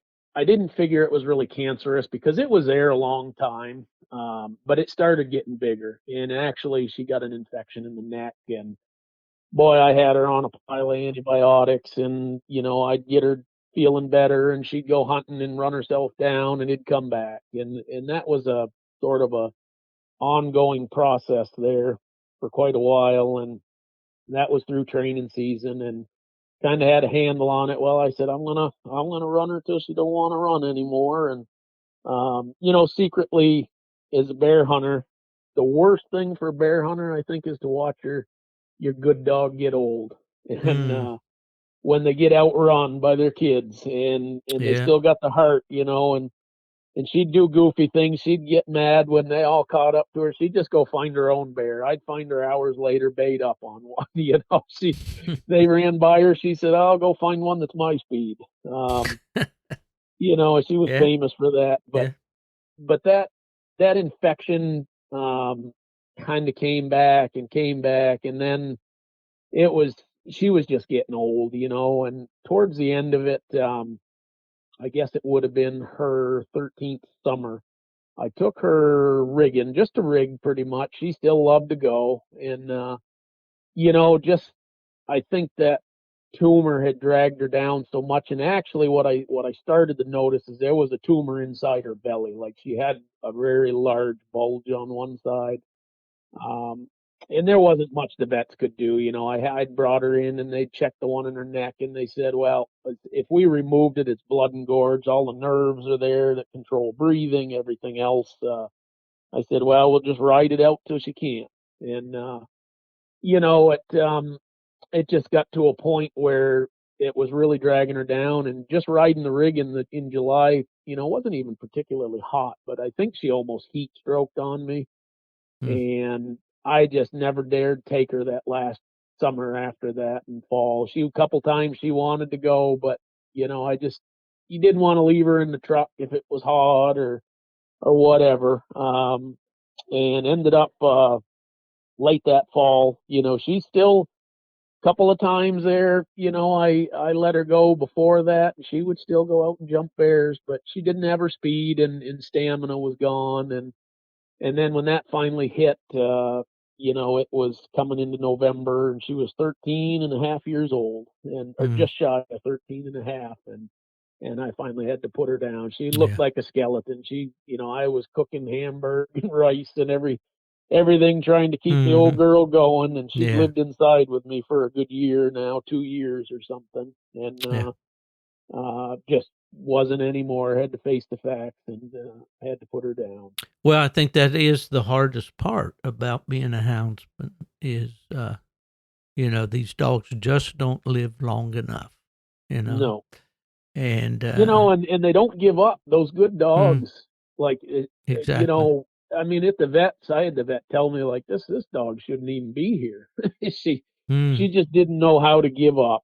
right. And right to the bitter end, she was still doing her thing, trying to do her thing. She'd roll around the yard. Sometimes she'd act a little puppyish, but I just didn't dare get her into a Sure. run, because she would run until Oh, she absolutely. couldn't go. And Yeah. I had hoped for a while, as all houndsmen do with that old hound. I think I'd hoped she would get killed by a bear, because I didn't want to have to do it, but Mm. that's the way it works. Well, yeah, to die doing something that they love is I think what every houndsman wishes, for those good dogs. Right. Well, what about in the reproductive side of things? How did she produce for you? Yeah. So, boy, I was lucky. Call it luck. I'd done an awful lot of reading and studying on genetics, and from horse breeding, the King Ranch quarter horses, to dog genetics, to I guess I've tried to dive pretty deep down the rabbit hole, and I think I was pretty lucky because I have a son of hers, Reaper, who's actually coming 10 years old right now. That I've thought a lot about this, and I believe it's a fair statement that he is as good or maybe a little better than she ever was. A little different dog than her. Um, I cat hunted him his first year, and unfortunately, he froze a testicle, and I knew I was going to want to breed him. So I never dared cat hunt him again. He just, same as her, he didn't know when to stop. And, Right. so I just bear hunted him, and the dog has just been as tough as nails. So Mm. through that first cross with Roy Clark's dog, there was a few litter mates, and I have worked uncle niece crosses, cousin. I'm on the cousin crosses. I Mm-hmm. did a grandfather granddaughter cross just Mm-hmm. recently with Reaper. I've been pretty lucky, and they've kept me. They're not perfect, but I'm pretty happy with them. I'm always trying to tweak it and add a little bit more mouth on the cold trail. That's a weakness I think they have in my dogs, but grit and speed is good, and they're intelligent, personable dogs. So Now, she's was Reaper out pretty. of that cross with Roy's Yes, dog? it Yeah. was. So there Uh-huh. was Reaper, Bondo, Grim, and Maine, and Roy. There was only the one female, and Roy asked for her, so I gave her to Roy, and she made a. Every one of them made. I guess if you had to say, it was 100% cross on the ones that Awesome. there was six born and four lived to hunting age, and out of those four, they're bear dogs. Mm. So I was pretty excited by that, and I've used them pretty tightly, kind of breeding around them, different crosses and Right. whatnot. Well, I learned early on, I guess after I came home from the military, and I was in a sales career for about 10 years, and then I got involved with the registries and went to UKC, and I started doing a lot of reading and thinking about breeding, and I got on to a lot of good material that helped me to understand this family breeding. I won't say I understand it in A terms better of grasp on it. a better grasp is a good word or a good Yeah. term. And so, I just believed that from early on. And that's kind of what we looked for. And that's what we did with our dogs. And there's a podcast called, The Story of the Bearpin Plotts that I did here on the Gone to the Dogs podcast that just kind of laid out that whole history of the line that we had. But there was a lot of that type of breeding, Yeah. especially uncle niece crosses, aunt to nephew crosses, half Yep. brother to half sister. Yep. Mike Cawley and I did one of those one time. It turned out very well. Uh, so I firmly believe in that. And I always say, just in simple terms, layman's terms, is that, if you want to continue what you got, you're going to have to kind of do that. And you know that you're going to intensify the good as well as the bad, but Yep. it's going to produce a lot more uniformity in your line of dogs, I believe, Absolutely. and Absolutely. predictability. And Very, very predictable results yes, in the offspring now. Yeah. yeah, the type of mouth they'll have, the kind of way they work a track, how do they drift a track, or do they straddle a track, or the tree dog. To me, the question of tree dog shouldn't even enter into the conversation with Plott dogs, because from my earliest toddler days, I knew that Plotts treed, and the Right. puppies would tree before they do anything else. But now I'm not so sure that's universal in the Plott breed right now. Yeah. Some of them are better tree dogs than others. And I think that's all a part of environment, probably more than anything else. But a locating tree dog was always important to me because I'm also a coon hunter and I love coon Right. hunting, but that's a discussion for another day, Mark. And we've logged almost an hour and 40 minutes now. It's been a long one. And I think I've taken We're full of hot air, Steve. Oh, we are, for sure. And Ella would be the first to agree with you with that statement. But she says, how do you guys find so much to talk about with dogs? I mean, well, we didn't even get into half of what we could have talked about. No, and we're going to have to come back and do that. Would you agree to do that? Oh, sure.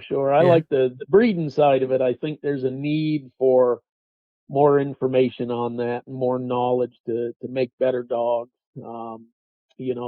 That's a need I think we have, and a lot of people are getting a little bit more understanding on it, but there's still a lot of unknowns and wives' tales and things they haven't seen. So that's always a good one to talk on. Well, the thing that I have to guard against is I have actually I could learn volumes from my dad because he was never this guy. To think that I know everything about breeding dogs. Man, I haven't scratched the surface. No, and even if you've done it for 40 or 50 years, you'll still only be scratching the surface. Exactly. Yeah. What was Brin's greatest contribution to you or to your experience with her in those 13 and a half years? Sure. So two things I would say. Number one is she taught me how to hunt. Really how to make a trail dog. I learned a lot from that dog on trailing and her ability to trail and grub, and there was hardly ever a bobcat that she didn't jump, whether it was terrible conditions, 20 below zero, hot and melting. She taught me about conditions and trailing, and the other thing would be her offspring. Basically she's kept me in the bear hunting business even though she's gone. She's really reproduced for the few pups that were out of her. She's reproduced very well with those few. Well, she was a great one for sure, and I only wish that I had been able to hunt with her. And of course, hearing you lay out her background, a lot of guys, a lot of dogs that are familiar to me, although I may not have hunted with them all, but I certainly was able to hunt with some. Now, I hate to end this podcast on this note, but I want to do it in terms of a tribute. You made a recent trip to West Virginia. Yes. An unexpected trip. Tell me a little bit about that. Sure. So, sadly, about a week ago, Mike Colley called me at about 6:00 in the evening, and a dear friend of ours, we talked about him here a little bit. Joe Walker passed away suddenly of a heart attack, and I made a trip down to the funeral to the West Virginia mountains in Hillsboro and witnessed probably one of the most amazing scenes that I've ever seen. The outpouring, the respect from the townspeople and the people around was amazing. Very well attended funeral, but a good man, and we had to say goodbye to him. Yeah. Well, I know it's tough, and I had some very enjoyable conversations with Joe down through the years, and was shocked, as everyone else was, I know, to hear of his passing. He loved the Plott dog. He loved his community. He loved his family. I tried to use him to get to his dad and to John Harris, who we've mentioned here. And John and my dad hunted together for several years to get the stories of some of those dogs, because John Harris's start in dogs came from Norman Walker, Joe's dad, and the old Jake dog, Monongahela Jake, and produced the great Santana dog. That was my personal best bear dog that I ever hunted with. Tremendous amount of knowledge there. Maybe we can wrangle Norman and John sometime. I doubt we'll ever get them there. They're cut from a different cloth, the old mountain cloth. And that's I right. wish we sorely could, because the world could learn a few things about honesty and dogs from those folks. When I was with Houndsman XP podcast, I used a term that John Harris had said one day when they were trying to start a sheep killing bear, and I'm sure Norman was probably there, and some question about John's dog going one way and the other dog's taking the track the other way. And John said, "Well, boys, you follow your hounds and I'll follow mine." And that always stuck with me as a houndsman's creed, you know. Yeah. But, well, we certainly do send our thoughts and prayers out to Joe's family and to Norman and that entire group of wonderful people there in my home state of West Virginia.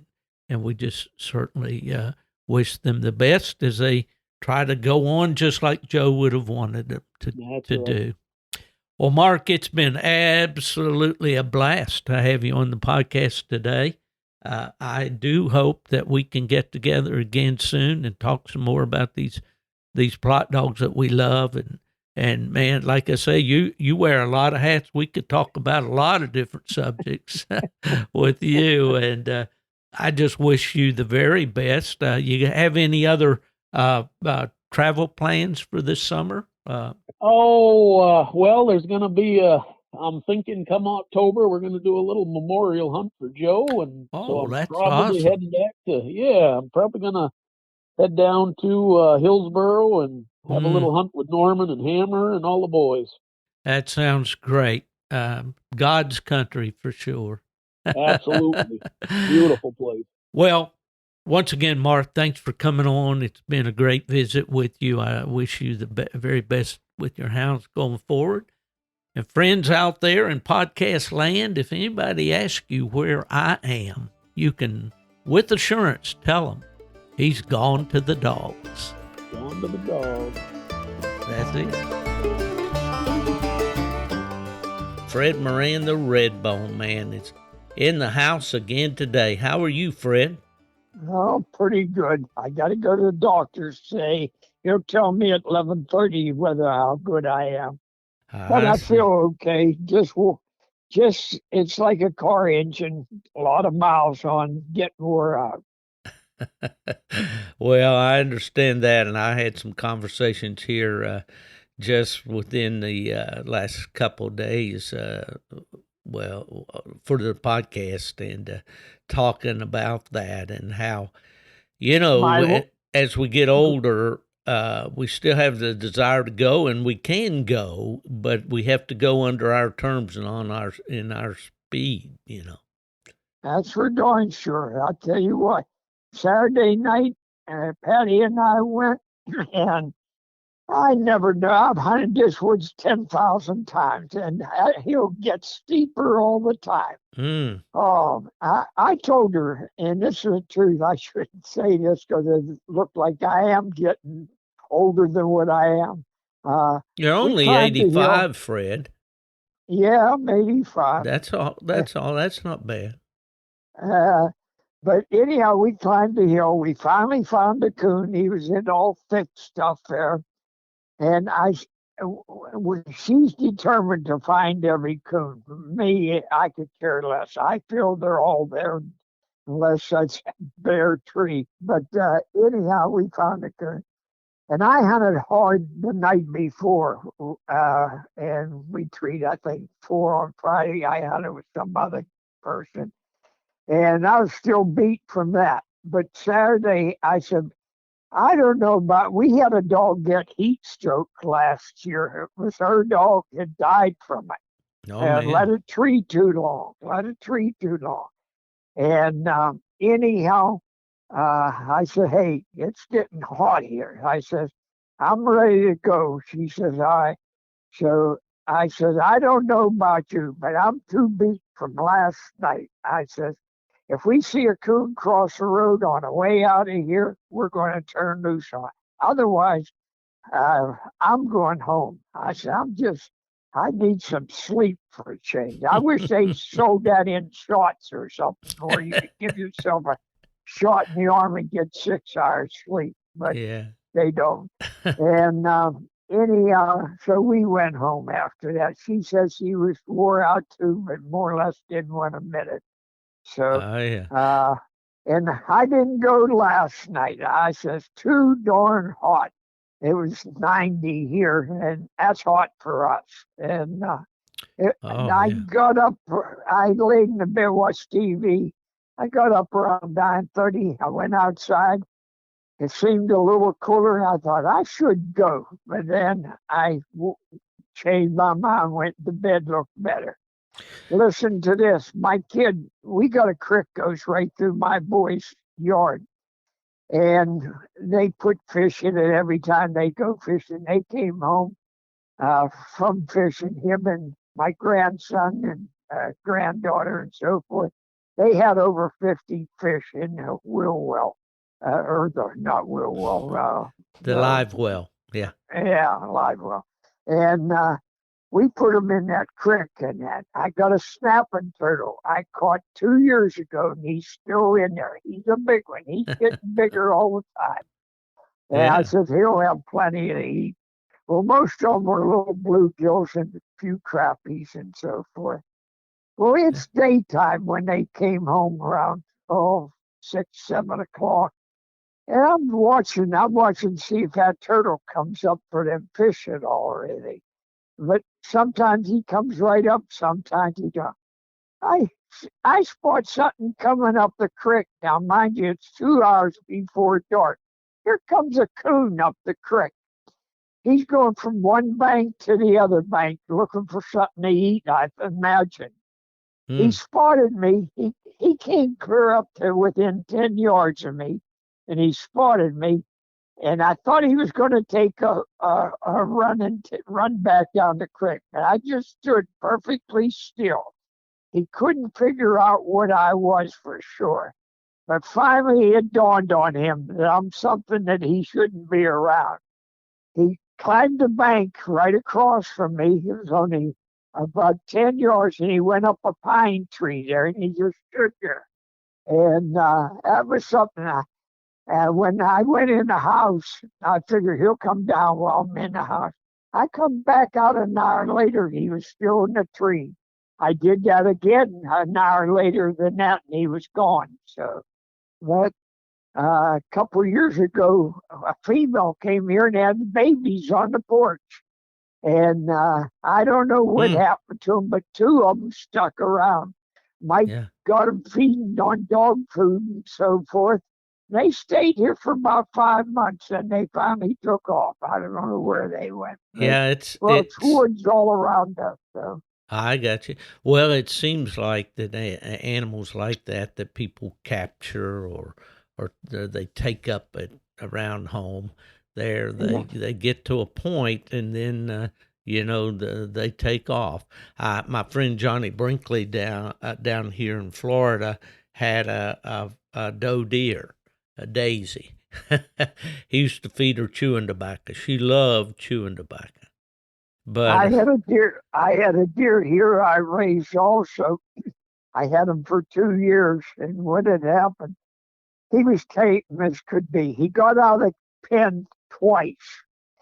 I got him back both times. Well, 3 times actually.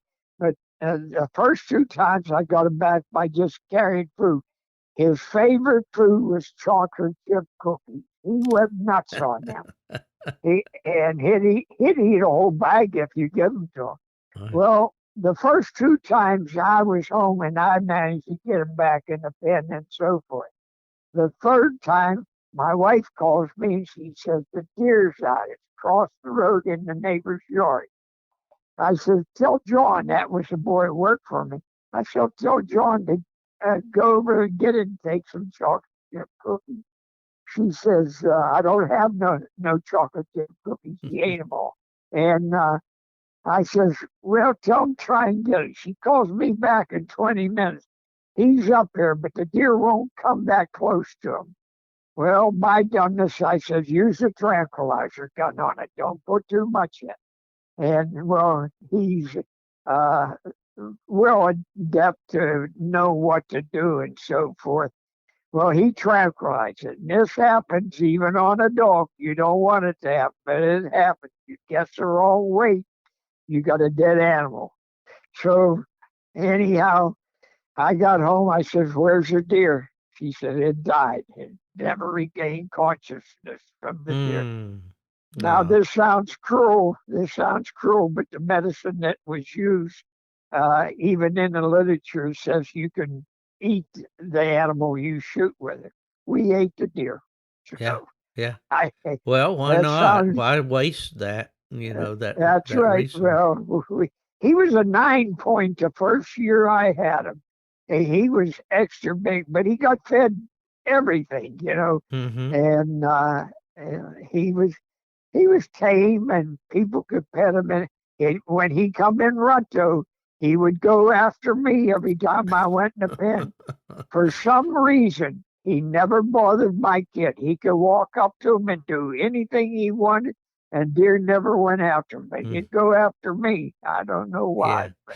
Well, I tell you that wildness or that their nature is deeply ingrained in them, and like this Daisy, this doe, she would leave and assume that she would have fawns, get Uh-huh. bred, and then she'd come back. I never had any experience with keeping wild animals. Of course, when I was a kid, I wanted to take everything home, Yeah, right. but that wild, that nature, is going to override all our attempts, I think, to tame them and and change them. But that's pretty interesting. Well, Uh, before we push the record button here today, we were talking about how hot it is, and you asked me if I hunt in the hot weather.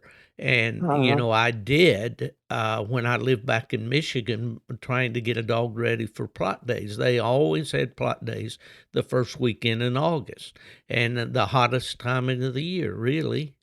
And I don't know why they did. Well, I do know they did it because of the kids being out of school.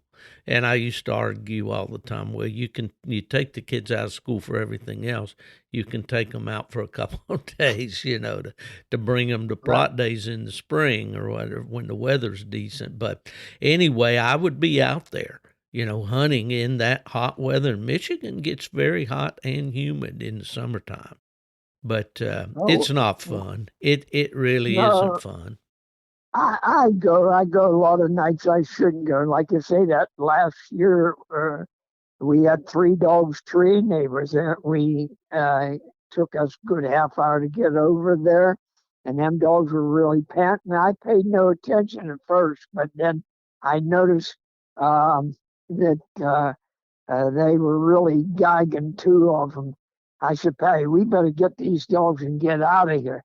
Well, one of mine, and I had 2 dogs, and one of mine, he was showing a lot of sign, but I figure if I get him to a creek, we got him down in the creek, put hardly any water in that creek, but what there was, we got wet mud all over him and everything else, and got him in the truck. My third dog wasn't affected at all. He walked with us on the way back to the truck. We got him home, scored him off good with a hose and stuff like that. Because I had a dog at it was an Automoke, I believe, or it was some kind of big hunt. I forget where. I had the Homer dog that I raised out of my own dogs, and he was good. I made him a grand night before he was 2, and I liked him. He was to me the complete dog. Could have had a little better mouth, but that was the only fault. He was out of the Rocket dog that I won the state hunt with, and Rocket had a good mouth. But why that pup didn't, I don't know. But he passed out and I didn't know it. I wasn't looking at my Garmin. We was in this hunt and like I know it was in Indiana that part, but I don't remember whether it's a red bone hunt or what. Well, the hunt's over. And I hadn't heard my dog in a half hour. I didn't know where he was. I get the Garmin out. Some Amish boys, were along on the calf. And they pulled me to the side. They said, "Your dog's over there, across the field into the next woods. He's treed. He said, we haven't heard him lately, but he was treed over there. Yeah, that was my dumbness for never looking at the garment or anything. So we start over there. We find him with the garment. He's right under a tree with 2 coon up it. He barked himself out and he was passed out completely. And I thought, oh man, I had the Black Shadow with me. He's quite a character. Naturally, you know what color he is. Shadow put him up over his shoulders and carried him all the way out of the woods till he found a creek. We got him in that creek, soaked him down real good. He couldn't stand it. He wasn't, the only thing he was doing was breathing. We got him in a truck. He said, what are you going to do? He calls me Uncle Freddie. What are we going to do, Uncle Freddie? I said, we're going to look for a vet's name or sign on the way home, but we're headed home. I stopped at a car wash, turned it on for just a while, scored him down real good with that. That helped a little bit. He finally started sitting up, but not doing much. Put him back in the truck. I stopped for gas, and I'd stop maybe every half hour and check the dog. He finally was sitting up on his hind end in the dog box. I told Shadow, I says, he's going to be all right now. I said, he's sitting up. At least I thought so. I got all the way home. We got a hold of a vet that I knew and took him right there. He kept him 3 days. He says, you were lucky. He says, so I had the dog maybe 5 days, and I decided he was acting normal. I decided to take him hunting. My wife says, you're going to kill that dog? I said, no, I won't. I said, I'm just going out for one dump and tree a coon and come home. And that's just what I did. He treated a coon, didn't show no ill effects after that or anything like that. And he was all right from then on. But that's a dangerous thing. I seen my neighbor's dog die from heat stroke also. I told her, I said, Ann, it's just a mutt, but it's her dog. Yeah. I said, your dog's got a heat stroke. She was sitting out in the sun all day. I said, you better escort her down with a hose or take her to a vet. Mm-hmm. Well, her dog died too. Yeah, it's kind of timely that we are talking about this, Fred, here as summer's approaching. Here we are around the 1st of June, and it's the most critical time for dogs. A lot of these competitions... Dogs can't take heat, as far as I'm concerned. Well, they perspire through their mouth. They don't really have sweat glands like we do. A real brief story, I remember one time at Plott Days in southern Indiana, a guy rolled into the grounds there. He had a dog box that he'd put inside of a truck cap. Actually, it was one of those slide-in camper type things. I know what you're talking about. Yeah, and when he went to get his dogs out, he had 2 dead ones, and he had 3 dogs in that box, and he had one that Dr. Asa Kelly from Michigan was a vet that coon hunted. Maybe you met him before. I know. Yeah, and Doc Kelly got him down to a pond there and got him in the water and worked with him. Unfortunately, a lot of times the dogs that go through that heat stroke like that don't recover all their mental faculties and so forth. That's right. And they're never quite the same. Well, Fred, it's great. Yeah, go ahead. Dwayne Bruff, when we first met, which is quite a few years ago, he came over to one of our hunts in Pennsylvania. I believe it was Washington, PA, and he had a cap on his truck. I believe, if I'm not mistaken, he lost 6 dogs to heat prostration there at that hunt. Him and his buddies all had a couple dogs each, and I'm almost sure or else he had 6 dogs in there and he lost at least half, but it wasn't anything good, that's for sure. But wow, that's amazing. The hard way when they die like that. It sure is, and these dogs that treeing, especially in the South here where the vegetation is so thick, in all year round, really, but especially in the summertime, there's really no air to be had in there around those trees. And well, it's a word to the wise. Fred, our time has gotten away from us again, my friend. I'm looking forward to a real good report from your doctor. I hope everything goes well there. Yeah, they tell me all the time, you lived 100. I said, yeah, I'll believe that when I see it. But well, my mother did that for sure. I seen in the magazine she was 100 I years think old. you're tougher than she was, so I fully expect you to make that for sure. Fred, so good to talk to you again. I always enjoy our visits, and we'll be back next week. Okay. Okay, JJ called me. He liked my bear story, and well, give a shout out to JJ there. Hey, good night, JJ. We'll see. He's quite a character. He got a good squirrel dog. He don't coon anymore. But he got a good squirrel dog. Well, we'll have to maybe get JJ on the podcast one of these days. Oh man, if he hears this, he'll be sitting by the phone, huh? Well, yeah. All right, Fred Moran, the Red Bone Man, the one and only. Thank you, Fred. You have a great day. Okay, Steve. Thanks. You bet. Folks, that's all for another episode of the Gone to the Dogs podcast. If you are looking for me, wonder what happened to me, you know that I've gone to the dogs.